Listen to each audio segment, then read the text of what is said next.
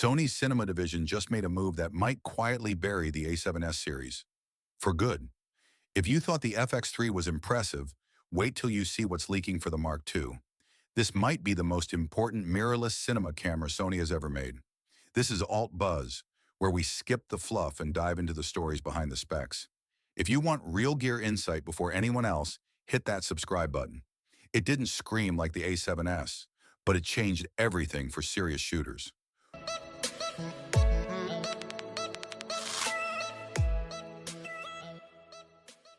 When Sony launched the original FX3, it wasn't just another camera release. It was a statement. Here was a body that looked like alpha, but thought like cinema. No viewfinder, no photo modes, just pure video DNA wrapped in a compact shell. The Netflix approval wasn't just a badge. It was validation that size doesn't determine capability. Solo creators finally had something that could deliver cinema-grade footage without the cinema-grade crew requirements. The FX3 carved out its own identity by refusing to be everything to everyone. It was the anti-hybrid hybrid, and that focus made it dangerous. Here's what's cooking in Sony's lab. Leaks you'll want to remember. The FX3 Mark II is shaping up to be more than an incremental update. We're looking at a completely new 24-megapixel global shutter sensor that promises to eliminate rolling shutter distortion entirely. 4K recording at 120 frames per second becomes standard, with whispers of OpenGate 6K capability for those who need maximum flexibility in post. The active cooling system gets a complete redesign, addressing the thermal limitations that held back the original. Battery life sees significant improvement, and the professional connectivity expands with more robust audio inputs and timecode synchronization. Advanced AI autofocus leverages Sony's latest algorithms for tracking performance that rivals dedicated cinema cameras. The low-light performance pushes even further into impossible territory, maintaining clean footage at ISOs that would have been unusable just years ago.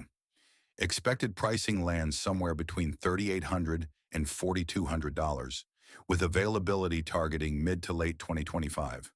But while the specs sound dreamy, what this really threatens is Sony's most iconic video line. More on that in a minute. Let's be honest. What will make this camera truly dangerous to its rivals? First, the global shutter game changer. Rolling shutter has been the silent killer of handheld footage and fast action sequences. Every whip pan, every car chase, every rapid camera movement carries that telltale wobble that screams amateur hour. A global shutter eliminates this entirely, capturing every pixel simultaneously.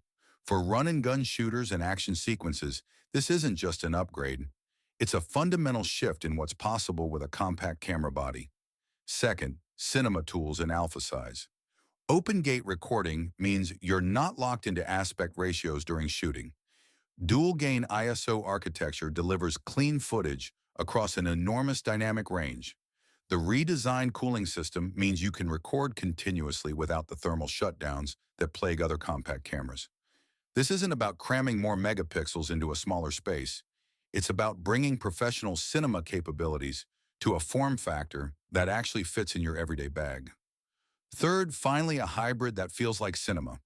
The FX3 Mark II isn't trying to be a photo camera that also shoots video. It's a cinema camera that happens to be compact. Professional audio inputs, raw workflow support, and color science that matches higher-end cinema cameras. This isn't participating in the specs race. It's defining a new category entirely. Before you pre-order, here's why you might want to hold off. Price creep is real. The original FX3 found its sweet spot by delivering cinema performance at a price point solo creators could actually afford. If the Mark II pushes significantly higher, it risks losing the very audience that made the original successful. At $4,200, you're competing with established cinema cameras that offer different but equally compelling feature sets. Incremental gaps matter. Are these upgrades meaningful enough to justify the investment? Global shutter is impressive, but how many creators actually need it for their current projects? Higher frame rates sound exciting, but storage and processing requirements explode accordingly. The question isn't whether these features are technically superior, it's whether they solve problems that creators actually face. A 7S cannibalization becomes unavoidable. If the FX3 Mark II delivers everything the A7S line offers, plus dedicated cinema features, Sony faces an uncomfortable internal competition. And that brings us to the product line becomes redundant because this release might just signal the end for both the company and consumers. Now, for what we promised, the real reason this camera's release feels different. The A7S series didn't just define Sony's low-light dominance, it created the template for hybrid shooting that every manufacturer now follows. The A7S Mark III became the default recommendation for creators who needed both photo and video capability in a single body. Its low-light performance was legendary, its autofocus was reliable, and its price point made it accessible to serious enthusiasts and working professionals alike. But the FX3 Mark II now offers similar performance with dedicated cinema features and possibly even better handling for video work. No A7S Mark IV rumors have surfaced despite the Mark III being several years old. Industry insiders suggest Sony might be consolidating their hybrid lineup, folding the A7S capabilities into the FX line, while letting the photo-focused bodies like the A7R and A1 handle the hybrid workload. It's not just a spec shift, it's a brand identity shift. The A7S represented Sony's commitment to creators who needed both worlds. Its discontinuation would signal that the market has evolved beyond true hybrids toward specialized tools, and some creators will feel that loss. So what's the smarter play right now? If you're in the market for a compact cinema camera, wait for the FX3 Mark II, especially if video is your primary focus. The global shutter alone makes it worth considering, and the complete package seems designed for the needs of 2025 creators rather than legacy requirements. If you're a hybrid shooter who needs both photo and video capability, the A7R5 or A1 still dominate for photos. The FX3 Mark II might be overkill for your needs, and the lack of a traditional viewfinder makes it less versatile for still photography work.